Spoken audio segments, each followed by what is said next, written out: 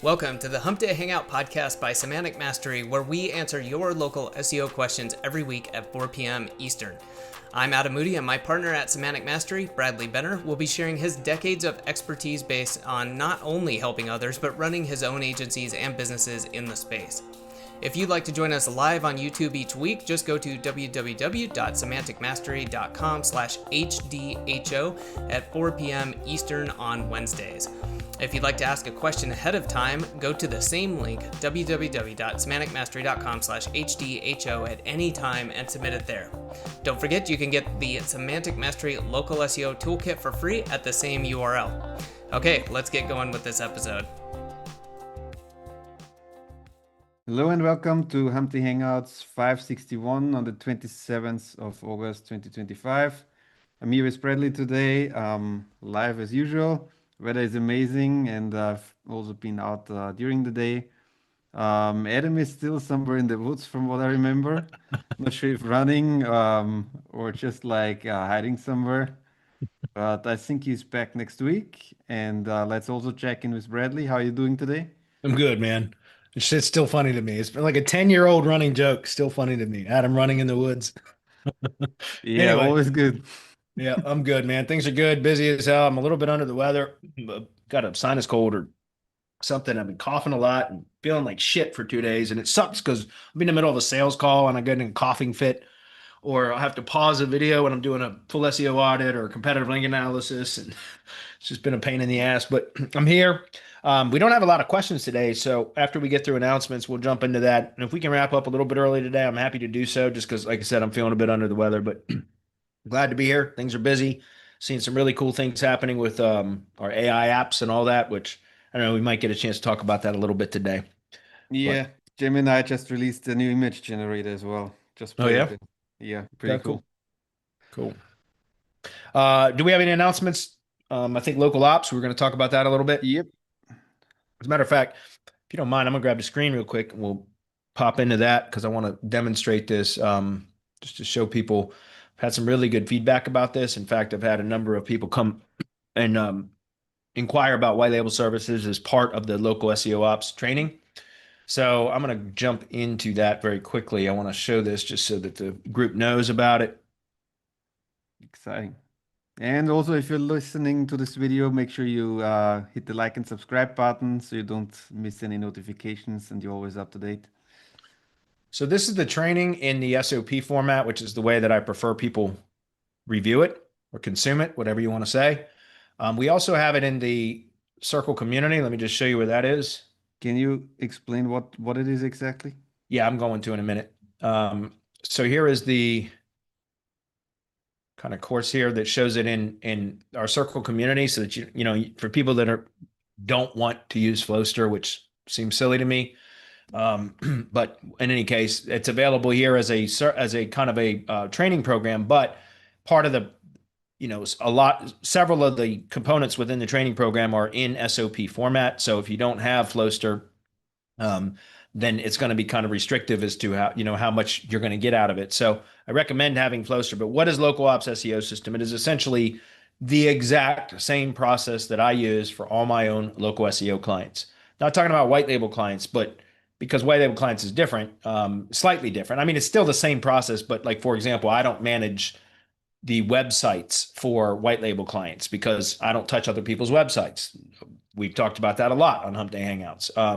But for my own local SEO clients, so that's the difference between retail clients and wholesale clients. You understand? Retail clients are my own local SEO clients where I have direct communication, direct engagement with the business owners that I am optimizing their web presence for.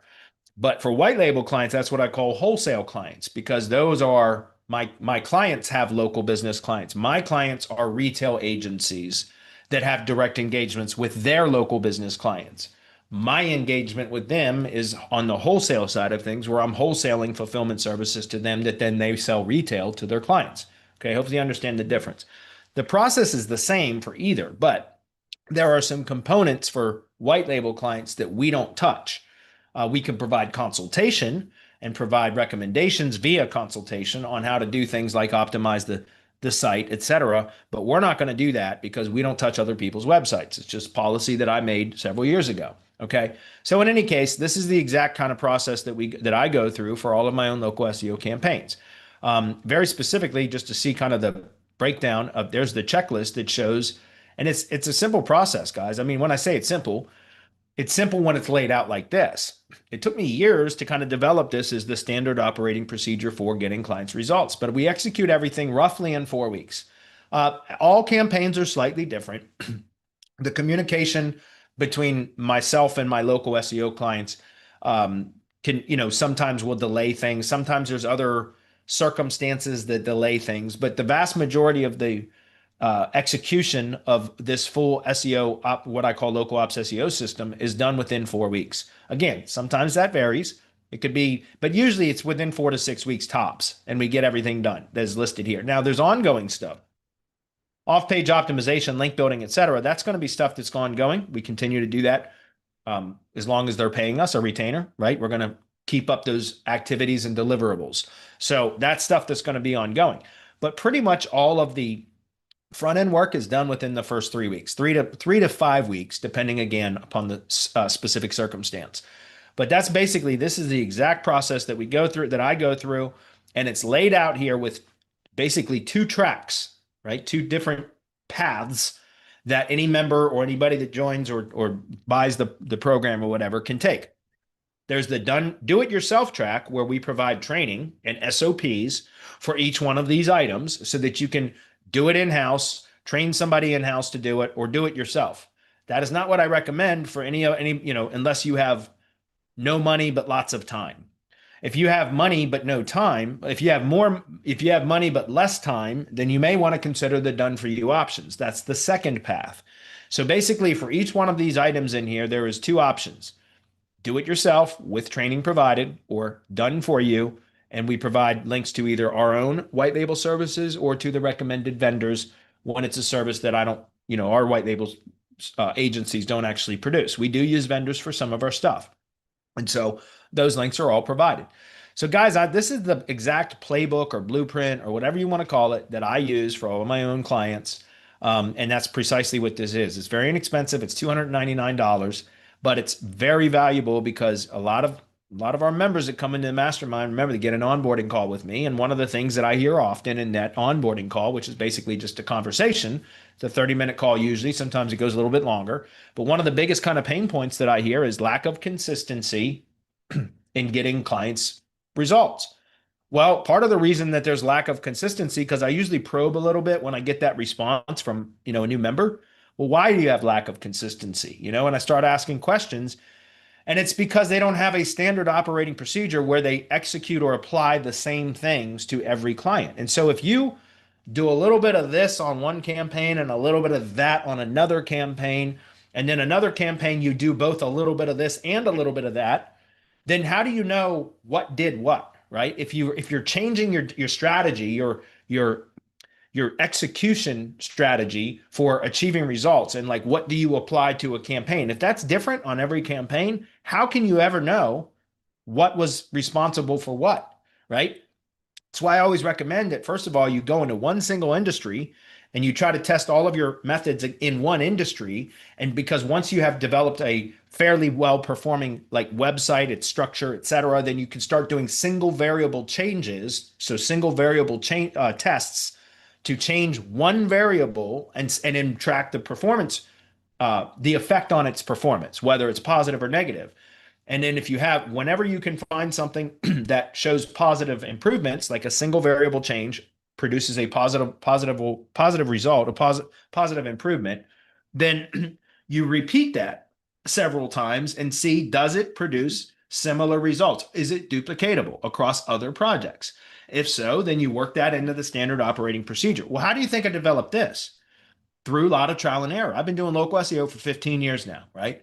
It's taken me 10 years of consistent effort and documenting things and building SOPs and all the stuff that I've been doing for the last decade to really boil it down into what this is now. And this is a very succinct plan for getting local business clients. Of course, the competition levels are going to vary for all clients. All situations are going to be different. So the amount of this that you have to apply, and the budget required to get the client results is going to vary. But this is exactly the exact same process that I apply to all campaigns, period. And it makes it much easier to get consistent results for clients because I know everything is going to be done. Everything's going to be done exactly the same for each client in exactly the same order with exactly the same deliverables, right? The only thing that really changes is the quantity of those things depending on the competition levels. That's it. That's it. That's the only thing that's different. That's how you scale an agency, guys. It's not by developing custom proposals for every client. Think about how many of you, and again, this is another thing that comes up all the time on calls when I have with new members of the mastermind. Most people are still doing custom proposals. They're not productizing their services, right? And so, just again, it's a rhetorical question here, but how many of you have gone out and spent hours and hours and hours developing a custom proposal to submit to a potential a prospect, right? A potential client, just for them to turn it down? Right. And so if you're doing custom proposals for every client and you're spending hours and hours and hours developing custom proposals, some of which are never going to get accepted. So you've just wasted all that time. And then when they do get accepted, because each campaign is a custom proposal with different deliverables and different, quantities and all that kind of stuff, it's much harder to manage those campaigns because every campaign is slightly different. If you're in one industry and you have a repeatable process like this that you apply to every campaign, it becomes routine, right? It becomes easy to execute. You can develop team members that like kind of like an assembly line. You can hire and train and delegate work to virtual assistants, employees, contract employees, whatever. Excuse me. That are solely responsible for, let's say, one or a couple, three, whatever tasks within this process. And because they're going to repeat those same processes and over again, they're going to become super efficient at it, right? And what I do is task my team members for, like, here's the SOP, and since you're going to be executing this particular task over and over and over again, I'm going to put the responsibility on you to try to find ways to improve this process, right? Look for tools, apps, AI, whatever that can help you to be more efficient in executing this task. Start with this SOP, but since you're going to be the one executing this over and over and over again, I want you to be more efficient because remember, I paid my team members based upon their output, right?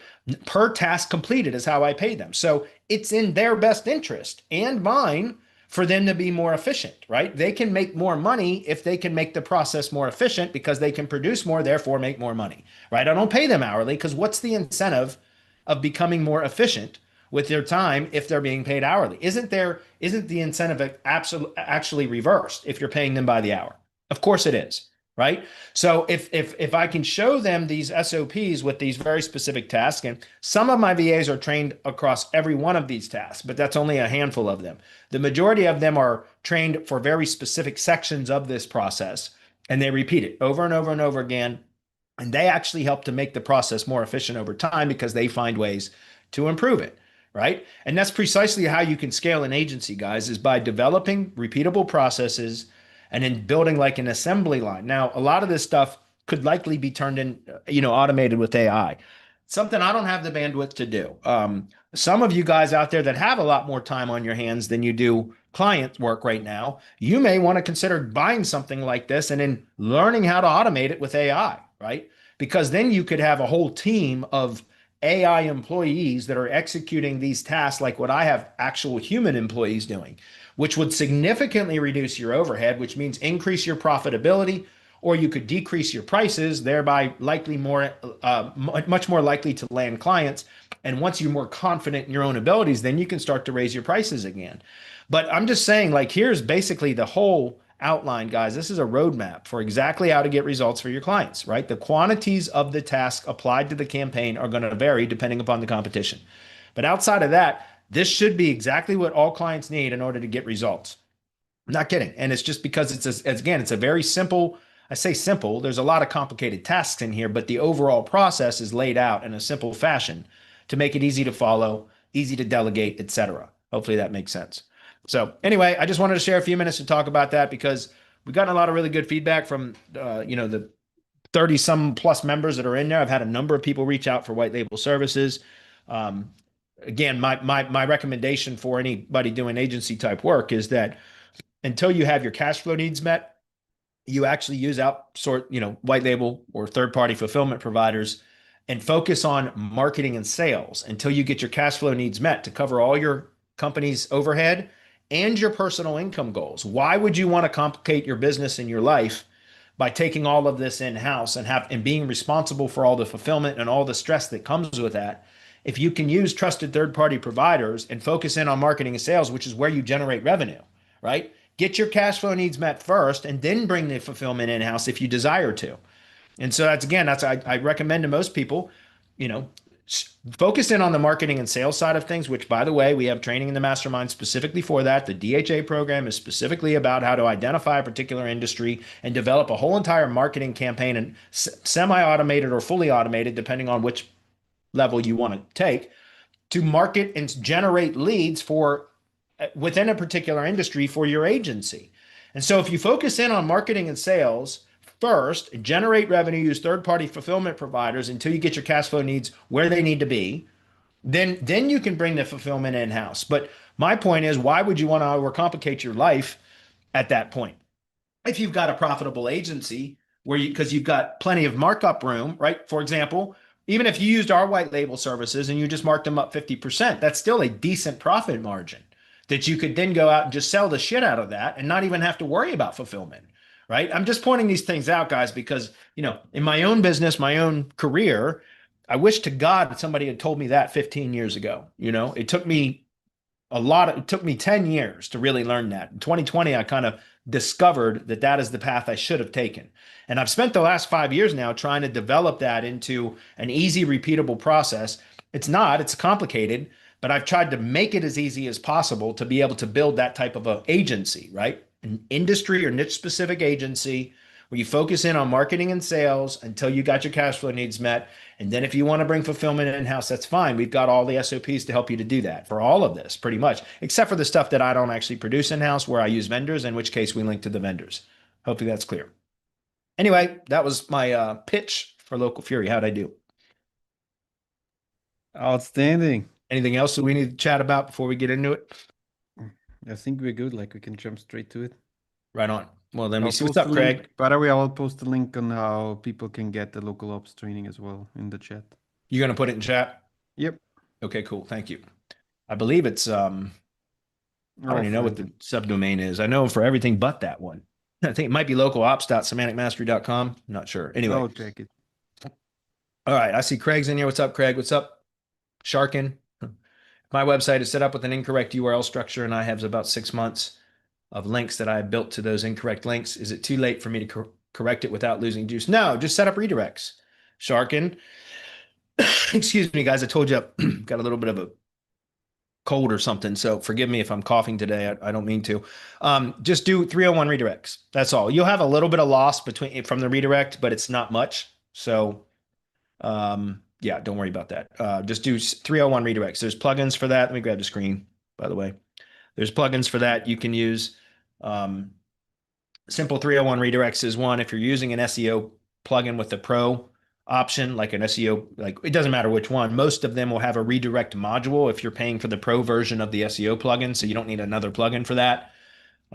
There's a number of ways you can set up redirects. The easiest way is either using a dedicated redirect plugin, again, simple 301 redirects is one that you could use, but don't add another plugin to the site if I'm assuming it's WordPress. If it's not WordPress, then you could do redirects a number of other ways. Cloudflare, if you're using Cloudflare for DNS, you can do redirects from the hosting. You could do it via htaccess file. A number of ways you could do it. I'm assuming it's WordPress, and if it is, you could use a separate plugin. But if you're using already an SEO plugin, like pretty much anybody doing WordPress work does, then you would, if you just have the pro version of the plugin, most of them will have a redirect module. And there's no reason to have additional plugins on the site unless they're needed. Okay, hopefully that's clear. You won't lose, you lose a little bit from a redirect, but not much. So yeah, you're not going to lose much, if anything. Good question. All right. Costco, I'm sorry, I'm supposed to be getting these questions, but there's very few, so I'll go ahead and answer. Costco, what's up, man? He says, do you have a cap of clients for your white label links, looking to onboard 10 to 15 next month. No, not for links. Not at that volume. If you were to say I'm going to drop, 100 campaigns in the next month, then that would stress us. But 10 to 15, no sweat at all. We could do that in the next week. I'm not kidding, dude. I got a big team over there. So no, that's not a problem at all. We manage over 180 Google business profiles now. So 180 separate campaigns for semantic links now. And that doesn't include all of our one-off services that we offer. Those are just subscriptions. Those are monthly subscriptions. So yeah, that's no sweat at all. We'll be able to handle that, no problem. Okay. All right. It is localops.semanticmastery.com. I thought so. So work for the done for you, where can they reach out to? Support the Semantic Mastery, or I'm sorry. for the done for you services that the guy asked, where can he reach out to? Oh yeah, well, you could reach out. You could reach out to support at Semantic Mastery if you'd like. That's just send us an email to support at semanticmastery.com, and Chris G, our support manager, will connect you with me. If somebody wants let me pause for a minute. What I'll do is I'll grab my URL for booking an appointment with me. Right here, support call. This is just a support call through semantic links, but it doesn't matter. It's coming to me. So we do have a separate, by the way, I really haven't tested this yet. Well, I did, but I only had a brief moment to test it. So let me show you what I mean. SemanticSEO.pro. If you go there, you could schedule a call with me. Let me just do that, because that way we'll keep it in the appropriate white label account. SemanticSEO.pro, unless you're looking for just links, in which case you can go to Semantic Links and schedule an appointment with me. Excuse me. Semantic Links, remember, is white label link building, right? So that's my link building service, but Semantic SEO is the more full service. If you go here and you go to contact, you'll see there is now an embedded booking widget. This is in my high level account for Semantic SEO. So you can schedule an appointment directly from me here for Semantic SEO services, which are more full service SEO. Remember, we don't touch the website, but we'll provide consultation and audits and things like that to help improve the on-page optimization. We're just not going to execute those changes. That's up to you or the webmaster who's responsible for managing that site. Okay. We can provide all of that very detailed written instructions, plus a video, all that kind of stuff, but we're not touching the damn website. We don't touch other people's websites, full stop. Okay. But you want to schedule an appointment with me through Semantic SEO, you can do so here. I need to test that a couple of more times, the automations, to make sure that the notifications are all proper. I set this up kind of impromptu last week, but try it there. If you have any problems, you can always reach out to me. I'll put this in chat. But Semantic Links portal, excuse me, you know what? That's probably only, let me remove that one. Let me give you, I'm going to put a different one in. HTTPS, semanticlinks.io. If I can type and talk at the same time, semanticlinks.io billing-support. That'll take you to a scheduling page for Semantic Links only. It's just a 15-minute support call. If you want a full-blown presentation and all that kind of stuff, I don't do hard sales tactics, guys, but I do show presentations of how we operate. If you want to see that, you have to schedule a full kind of sales call with me. If you just have some questions about our services and things like that, then a 15-minute call is really all that should be needed. And that's what I would recommend. But in any case, you have options now. So I just put that in chat. There you go. Any other questions? All good. Let's get started. All right, let's get into these. Like I said, guys, we might wrap up a little bit early, although we're already 25 minutes in. So, all right, first question is from Huzaifa. He says, hello, Bradley. I built my directory and lead gen mini sites in the pest control niche, and I want to sell it. I have 11 lead gen mini sites, which are built out exactly as Felling Pro brand, but in WordPress. It is 4 months old, has one topical backlink from Semantic Links, 37 out of 100 keywords in the top 10, and 26 out of 100 in the top 3. That's not bad. The directory is populated with listings and built in GeoDirectory and ranks number 7 for pest control directory in the US. So that's cool. Okay. I just wanted to share this information if you were interested in buying, as it could speed up the process for your DHA students or regular mastermind members who might want to start the DHA model in the pest control niche. You know what, Uzaifa, what I can do is, if there's anybody on the call or the Hump Day Hangouts or that watches this on Hump Day Hangouts and they're interested, reach out to us at support@semanticmastery.com. Tell us you're interested in that, and I'll try to make the connection with Uzaifa, and you guys can work out the purchase or sale of his resources. But Huzaifa, what I could do is make a note. I'm actually going to write it down. And I hope I'm pronouncing your name right. I'm probably butchering it, and forgive me for that. I'm terrible with names unless I hear them pronounced. You should hear me. I've got a client in Hawaii, an agency client in Hawaii, and most of their clients are local clients in Hawaii, and they've got the strangest names of their towns and stuff. And every time I do a competitive link analysis, I know I'm butchering the name of the city or town name like it's awful. And I always have to forgive my ignorance, because I don't know how to say most of those city and town names. But Uzaifa, what I'll do is I'll post your post, essentially what you just posted in the form here or whatever. I'll post that in our mastermind community and just see if there's anybody interested. And if they are, I'll reach out to you and we'll try to get you guys connected.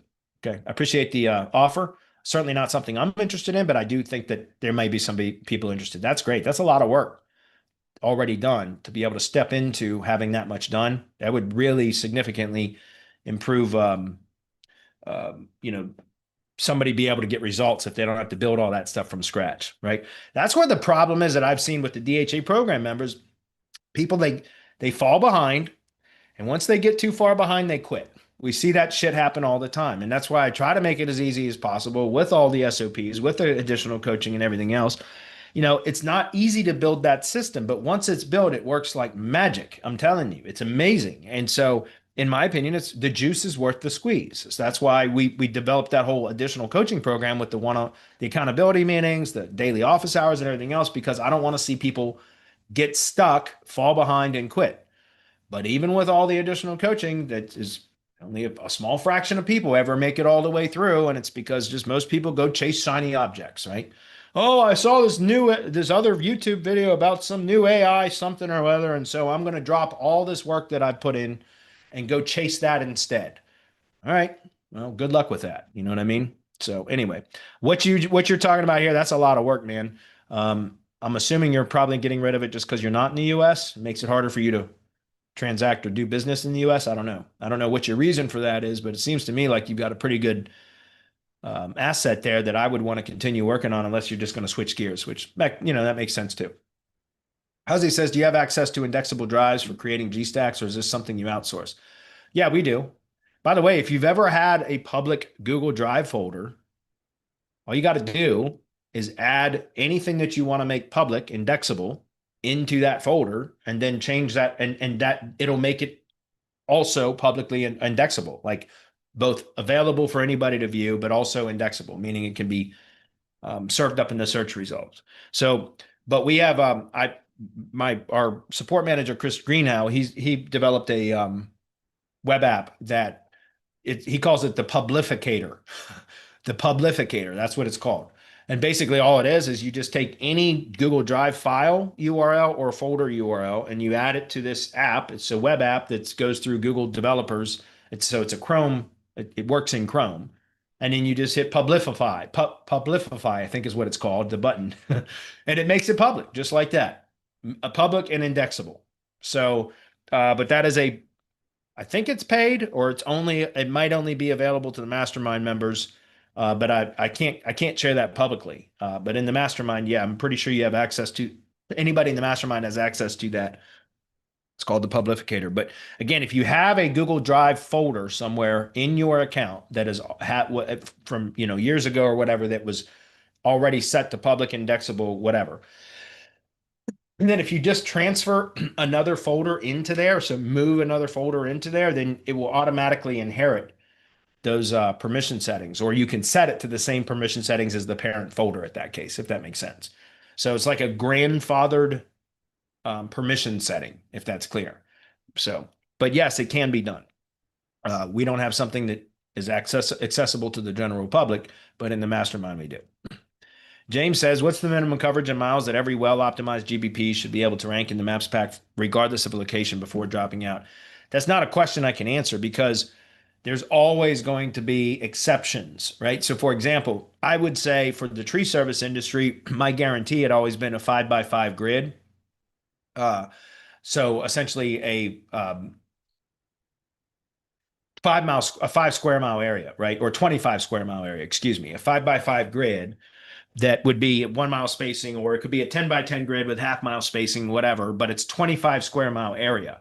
But that is like, in the tree service industry, it's almost, even in the kind of, not usually, you're not going to be tree services in like New York City, you understand, because it's very little trees. Like, and any trees that are going to be in New York City are going to be typically going to be managed or manicured or whatever, maintained by the city or contractors for the city, right? So by the government, because there's not very many trees, or there's parks and trees, but those are usually contracted by the government, et cetera. So I'm talking about regular tree service contractors in my industry. My guarantee was a 25 square mile area, right? And so that's standard operating, like that's standard for tree guys. But getting back to that example, like New York City, for example, like what's normal for all other locations, like in downtown New York City, right? It's not going to, like you're talking about, you're only going to get blocks of coverage versus quarter, half mile, whatever. You're not going to get that much coverage in those very densely populated areas. It's going to be much narrower coverage. So if you eliminate those densely populated major metropolitan, like inner city areas from this question, like if we can just omit that from the question, then I would say something like what I just recommended. It also depends on type of business. Is it a storefront business or is it a service area business? Because how the website is structured is going to influence how much maps coverage it gets, right? Storefront businesses typically the website isn't structured to be treated as a service area business, meaning they don't typically have supporting location pages on the site because they're not really trying to target a large area. They're just trying to target the area in which they're located, usually. So those are going to have usually narrower maps coverage than a service area business that has location pages, supporting location pages. So the standard answer applies to this, James, that always does for all SEO questions. It depends. And I know that's not helpful, but again, there are kind of rules of thumb, so to speak, that you can apply to particular industries. In the tree service industry, like I said, our default. Let me simplify my answer now that I've given you the complicated version of it. The simple answer is our default report settings for white label clients, which is where I service more clients through my white label services than I do through my own agency. There's no question. So the default report settings that we set up for local search grid reports is 11 by 11 with half mile spacing between nodes. Okay, so that's looking at 5.5 miles across or 2 3/4 of a mile in any direction from where the GVP is located. That's our default report settings. Then whenever I go in to do a competitive link analysis review or a full SEO audit, or if it's part of a subscription campaign for monthly links, if we notice that the campaign's not responding to the links very well, then or not as well as we should, then I will go in and kind of modify the report settings to be more appropriate for that particular campaign. In other words, again, if it's in a more rural area, for example, we're going to oftentimes we'll leave it to an 11 by 11 grid, but we'll expand the distance between nodes from half mile to 1 mile or maybe 2 miles, right? So instead of looking at 5.5 miles across, we're looking at 11 miles or 22 miles across because it's a lower competition area because it's less densely populated, right? Do you understand the correlation between population and competition? Because in a more populated area, there's more likely to be additional companies, more companies competing. In a less densely populated area, there's less companies typically competing. So you can get broader coverage. So it's all about competition levels as to how much maps area coverage you can get. Again, standard operating procedure for all new white label clients or default report settings are 11 by 11 with 0.5 mile spacing. But we always modify those report settings based upon the particular campaign and its situation or circumstance. You understand?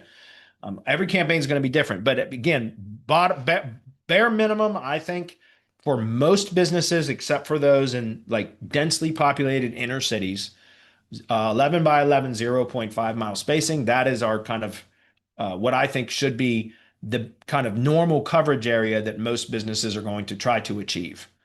That if that's clear, and that's a 5.5 mile area across, or 2 3/4 of a mile in any direction from where the business is physically located. Hopefully that answers the question. All right. Next one. Ben says, if we wanted to only push map rankings, would you prioritize spending client budget on relevant links or premium press releases from Press Advantage? Excuse me, guys.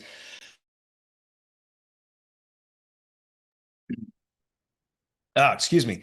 Assuming the brand is well established. Okay. So question is, if all they wanted to do was improve maps ranking performance, would I recommend spending money on links? So relevant links, semantic links, links with topical and or geographic relevance, or premium press releases from Press Advantage, assuming the brand is well established? It's a good question. I don't have an answer.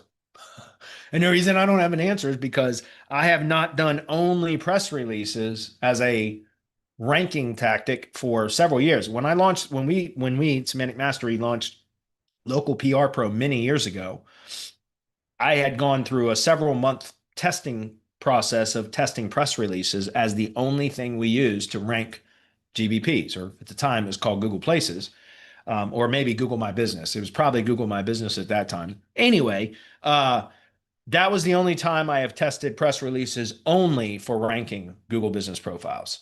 And by the way, I set out when I developed that training course, it was purely based upon the results of me setting out to disprove the claims made by a press release company. Chris Munch with the no, it's not Chris Munch. I'm sorry. Maybe it was. No, I don't think it was him. Whoever's the guy that has it used to be Press Cable, but then it became Amplifier, I think.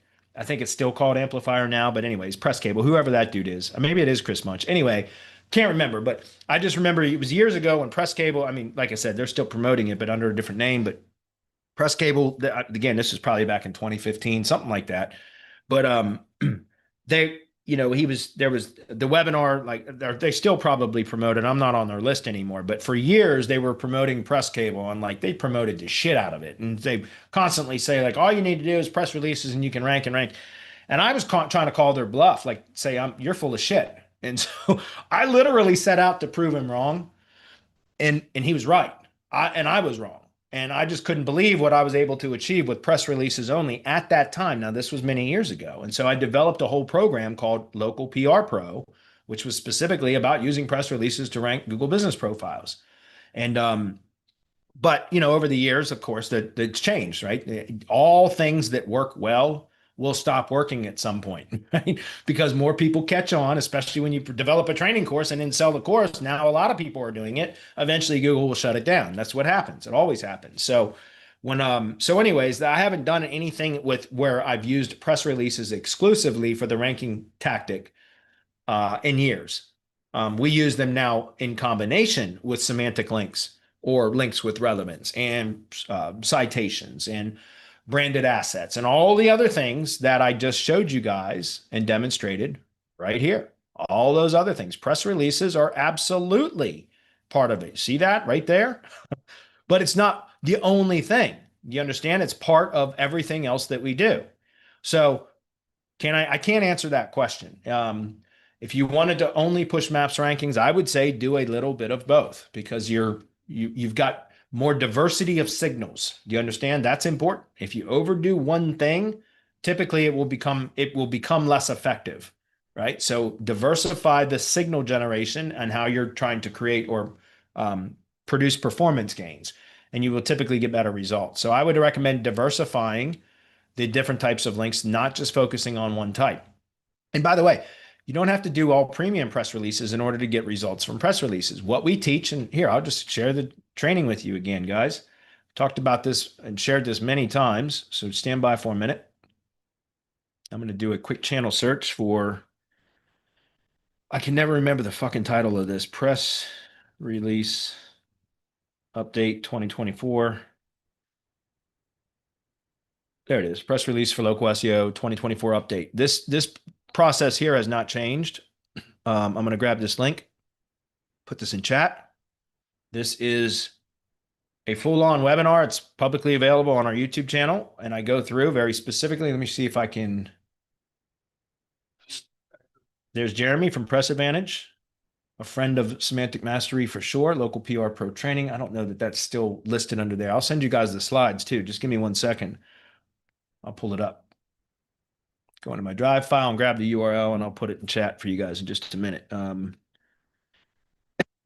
I don't think it's still under the local PR. Yeah, it is. It sure as hell is. There it is. All right, so here it is. I'm going to give you guys the slides too, but I can cover this just briefly now. But what I recommend is PR stacks. Let's see. This is slightly different because Google Business Posts are not recommended anymore, but this part of it, and if you just watch the webinar, the relevant sections of that video are in, or excuse me, the relevant sections are in the video. But here's a press release stack, right? There's a difference between a stack and a silo, at least the way that I look at them. A press release silo is where you daisy chain them together, where you have a top of silo. So TOS is top of silo or top of stack, depending on what it is that you're not, or it could be terms of service, right? But I'm talking about as far as the press releases go, I call the TOS as top of silo or top of stack, depending on which method or configuration you're using. A silo is where they're daisy chained together, where there's an A, right? So the top of silo is going to be the first press release. That is what you should use as a premium. But there's no reason to use premium press releases for any subsequent releases in either the silo or the stack. And a silo, they daisy chain together. So press release A being the top of silo should be a premium. Press release B links to press release A. That can be a standard. Press release C links to B, standard. Press release D links to C, right? So D to C to B to A. That's a silo. Okay. A stack is where you have a top of silo or top of stack PR, again, premium. And then you have supporting press releases that just link to the first press release in the top of stack, right? And those would be standard. So that way you can save money. There's no reason to constantly do premium press releases, in my opinion. But the idea here is to use a brand anchor. And all of this is in here, guys. I'll put this chat. Again, some of the earlier stuff in there might not be relevant, but if you watch the video while you're reviewing these, I'll put this on anyone with the link. Then you'll know exactly which is relevant. Okay. So let me put that in chat as well. But the whole point is at at the top of stack or top of silo, depending on how you structure that batch of press releases, I recommend a premium at the top and use a brand anchor or a compound anchor, otherwise known as a brand plus anchor, to link directly to the money site, right? What do I mean? Well, a compound anchor or brand plus means brand plus a location modifier, or brand plus a keyword, product or service keyword, or both. Brand plus the location, product or service plus the location.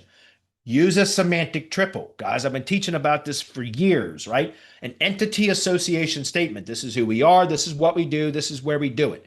Use that in a longer phrase and use that as the anchor text linking back to the money site. That's a semantic triple. The language models understand that.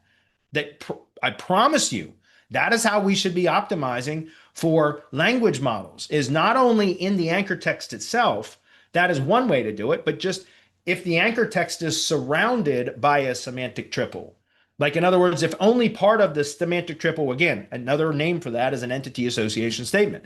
So if you have an entity association statement and only part of that entity association statement is hyperlinked, that's still part of an entity association statement. So the language models, when they ingest that content, they're going to follow the link over to wherever it goes, but they'll understand the contextual relevance of that link because of the semantic triple that surrounds it. Do you understand? So what I'm getting at is you want to use the top of stack or silo press release as a premium using a semantic triple either as the full anchor text or surrounding the anchor text. Do you understand? With a brand plus anchor. Brand plus location modifier, brand plus product or services, or a combination of all three. Okay. And then all your supporting or subsequent press releases will link using supporting topics, subtopics, sub-themes, supporting themes, whatever you want to call it, longer tail versions, whatever, that each one of those subsequent press releases are optimized for supporting content purposes that then are going to link to the top of stack or top of silo PR, thereby pushing relevant link equity and contextual topical relevance from supporting press releases up to the top of stack that is done via premium through a direct link to the money site. It's one of the very few times that I recommend linking direct to the money site with a press release. Okay.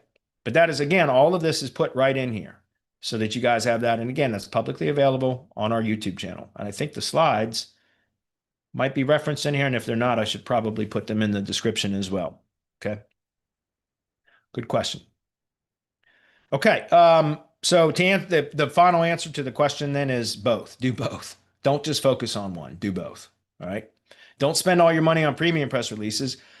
Buy one, then spend your money on standard distribution for any of those subsequent PRs in the stack, and that will allow some leftover budget to then go buy semantic links, of course.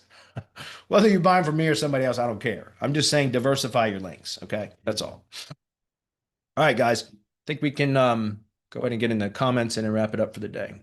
Maybe get done a couple minutes early. Excuse me. All right. Comments.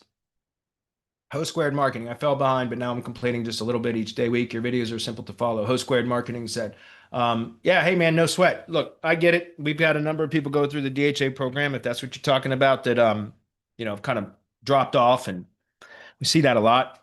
And I try to make it as easy as possible. I try to provide as much support as the DHA program. I understand people in the mastermind that just go through the SOPs on their own that fall out. They don't complete it. See that all the time, but that's precise because a lot of people don't have the stick-to-itiveness, so to speak, to complete anything, right? Guys, I'm guilty of this too. I've got tons of projects that I've started and I've never finished. But something as important as like creating an automated lead generation system for your own agency, to me, that's not something that you get bored with and stop doing. You finish it, right? Especially if you're struggling. I'm not talking to you specifically in the comment. I'm talking about anybody in general, right? If you're struggling to generate revenue, if you haven't met your income needs met yet, your revenue goals yet, if you're struggling to land clients consistently, then why would you go chase anything else other than putting blinders on, putting your head down, and getting the work done to now have an automated lead generation machine for your own agency, right? And so I'm not talking to you specifically. I'm talking to the general audience. I have dozens of projects that I've started and I had good intentions to complete them and I never go back to them. So I'm guilty of this too. But there are certain things that I've learned over the years that you have to focus your attention on if you want to change your circumstance, right? And so when I kind of really 5 years ago, really kind of developed this mindset, this philosophy, I adopted this philosophy, I should say, it changed everything, right? My entire life has changed, guys, because of putting in the effort and the work to develop an automated, well, it wasn't automated at the time, but to focus in on marketing and sales, landing clients.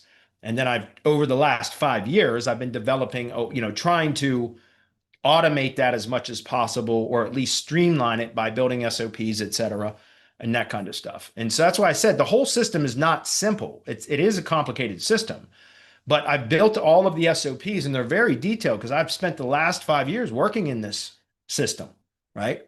And so, like I said, I understand some people already have clients and I get it. Look, I've spent the last week trying to, my CPA keeps hounding me to get my personal return, all the information to her for my personal tax return for this year, or for last year's taxes, I mean, because she always files an extension. We filed all of our corporate returns by April 15th this year, but she always files the extension for the personal return because I'm an LLC with the pass through and, and all that. So all of my corporate returns have been submitted. They were all sent to IRS in April or whatever. But she's been on me because she always files an extension for the personal return, which means it's due in the middle of October. Okay, October 15th. And so she's been hounding me for the last several weeks to get my personal return information to her. And a week ago, I sent her an email and said, I promise it'll be done in the next 7 days. And the last 7 days, I've had full intentions to work on my taxes for her. And I've been unable to do it because of client work. And like honesty, and I can't not do client work, which pays the bills, right, in order to complete my taxes. So I've just got to try to work it out. And so I get it, guys. Things, happen where they get in the way and but you have to prioritize what is going to produce the best results and understand that, yes, like I just mentioned, I have to pay the bills, right? I got to keep the lights on. So I have to fulfill my client work and I can't put that off in order to do my taxes. But at the same time, like, for example, if I were having troubles making money, if I didn't have enough money coming in and blah, blah, blah, then I would absolutely budget time for developing a process, right? Or implementing a process for generating more leads for my agency so that I could get my revenue up, because that's a priority. It has to be, or else you're never going to make any progress, right? It's like taking 2 steps forward and 1 step back, right? You might make marginal gains, but you never make quantum leaps, right? Big jumps in progress because you're always stuck fulfilling, putting out fires, playing whack-a-mole, whatever it is. You understand? And so what I tell my DHA program members and other, people in the mastermind is pay yourself first. If you guys have ever listened to or read any books that talk about how to save money, right? Even when like as a young person, I don't even know if they teach any of that shit in school anymore because school's so stupid now. But I remember being a young person in school and we'd have basic like economics and home economics, right? Like I remember being in middle school, I had to go through that and they teach you like basic personal finance and stuff. I don't think they teach any of that shit anymore. But anyways, basic, traditional knowledge, I guess you can call it, or whatever, for saving money is pay yourself first, right? If you live on a paycheck, right, take 10% right out of the top, put it away, don't touch it. Like it's non-negotiable. You take 10% right off the top of whatever your weekly pay is if you're an employee, and you put it away, put it in a savings account or something where you're not going to touch it. You learn to live on less. And it becomes non-negotiable. You always pay yourself first because if you don't, everybody has good intentions. Oh, I'll save money when I get caught up, right? But you never get caught up. Nobody ever does. And so you pay yourself first. That's the only way to start developing a savings account. At least that's what I learned as a young man. Well, I applied that to trying to improve your business. If you are struggling in your own business, but you're always doing client work instead of working on your own business, you're never going to get ahead. The only way you're going to get ahead is if you pay yourself first, which means budget an hour a day. That's it. Monday through Friday, 5 hours a week. Budget it out. The first part of your day. Set your alarm an hour earlier. I'm not kidding. Like lose an hour of sleep if you have to. But make the first hour of the day or the last hour of the day. I work way better in the mornings. In the afternoons and the evenings, I'm brain dead. I can't do this shit at night. I have to do it in the mornings when I'm fresh. So budget an hour in the morning, Monday through Friday, where you don't look at email, you don't get on social media, you don't check your phone, do nothing but focus in on whatever you've designated as what you're going to spend, whatever you're trying to build for your own business. And just devote an hour of that every day. Maybe you don't have an hour, fine, do 30 minutes, right? Every single day, non-negotiable. Don't let anything get in the way of that. Nothing, right? Don't look at your phone. Don't look at email. None of that. Just get up in the morning, have your coffee, do whatever your morning routine is, and then jump right into your time, right? Pay yourself first. That way, you're making progress. The only way you're going to make progress is to put one foot in front of the other. And it might take you a long time, but you'll get it done eventually. What's the cliche? A year from now, you will have wished you started today, right? So that's it. I've adopted that policy for probably the last 5 or 6 years now. I used to have a whole morning routine where I would use the best self planner or something similar to that. And I would sit down. I used to have a whole morning routine with meditation, prayer, and then planning. I don't do that anymore. Honest to God, I don't. But I still have at times when there's things that I want to execute in my own business, I do still practice that policy of paying myself first, budgeting out a certain amount of time, and then going at it each and every day, at least Monday through Friday, until it's completed. That's my best advice for anybody that's struggling. Okay. Okay. A couple more things, guys. Costco says, does Press Advantage work well for ranking in maps outside of the US, or should we try to find a distributor in that region instead? It's a really good question. From what I understand, because I have a number of white label clients in other countries and also mastermind members, et cetera, that they still will work. But reach out to Jeremy at Press Advantage. Schedule a call with him. You can schedule a call right from their main website, I believe, and tell them that you follow Semantic Mastery and that I told you to reach out to him. Because you can get on a call with him and ask him, and he'll be able to give you the answers. Because I don't work, again, my own SEO agency. We have white label clients and we do stuff for, but I've never worked directly with any clients outside of the US for local SEO. So if you want, you can request a demo, schedule a call directly with Jeremy from the Press Advantage website, and Jeremy will jump on a call with you and answer your questions. I know Jeremy can answer that because he co-owns and operates Press Advantage. So they have clients all over the world.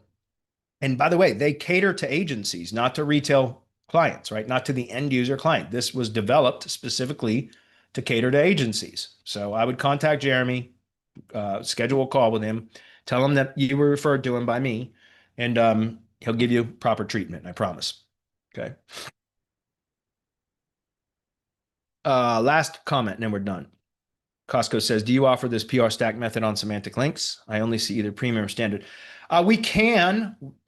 Usually they're one-off. Like, here's the reason why I mentioned this. I tell all white label clients, if you want to do like a press release stack or a silo, obviously you are planning on publishing multiple press releases. You're way better off getting your own Press Advantage subscription. We have a markup. And by the way, I had to have a special reseller agreement with Jeremy, unfortunately, because I've got a really good relationship with him. He gave it to me. But they don't want people reselling unless it's a special circumstance, in which case he will approve it. And he did that for me. But they really don't want people reselling them. And in fact, if you're reselling press releases, now you can buy press releases through your own account that you deliver or provide to clients as part of a retainer. But I'm talking about like going to like Legit or Fiverr or something like that and selling press releases and using a Press Advantage subscription to resell press releases. I do that at Semantic Links, because I'm reselling press releases through my own Semantic Links client portal, which is what Costco is referencing there. Let me just demonstrate this. But I'm getting to a point here. Give me a minute. Press release stacks. Can we do them for you? Yes, we can. However, it's not cost effective for you that way, right? If you're going to be doing press release stacks or silos, you're better off getting your own subscription. Because look what we have to charge for them now, because recently, based upon the new let me refresh that page.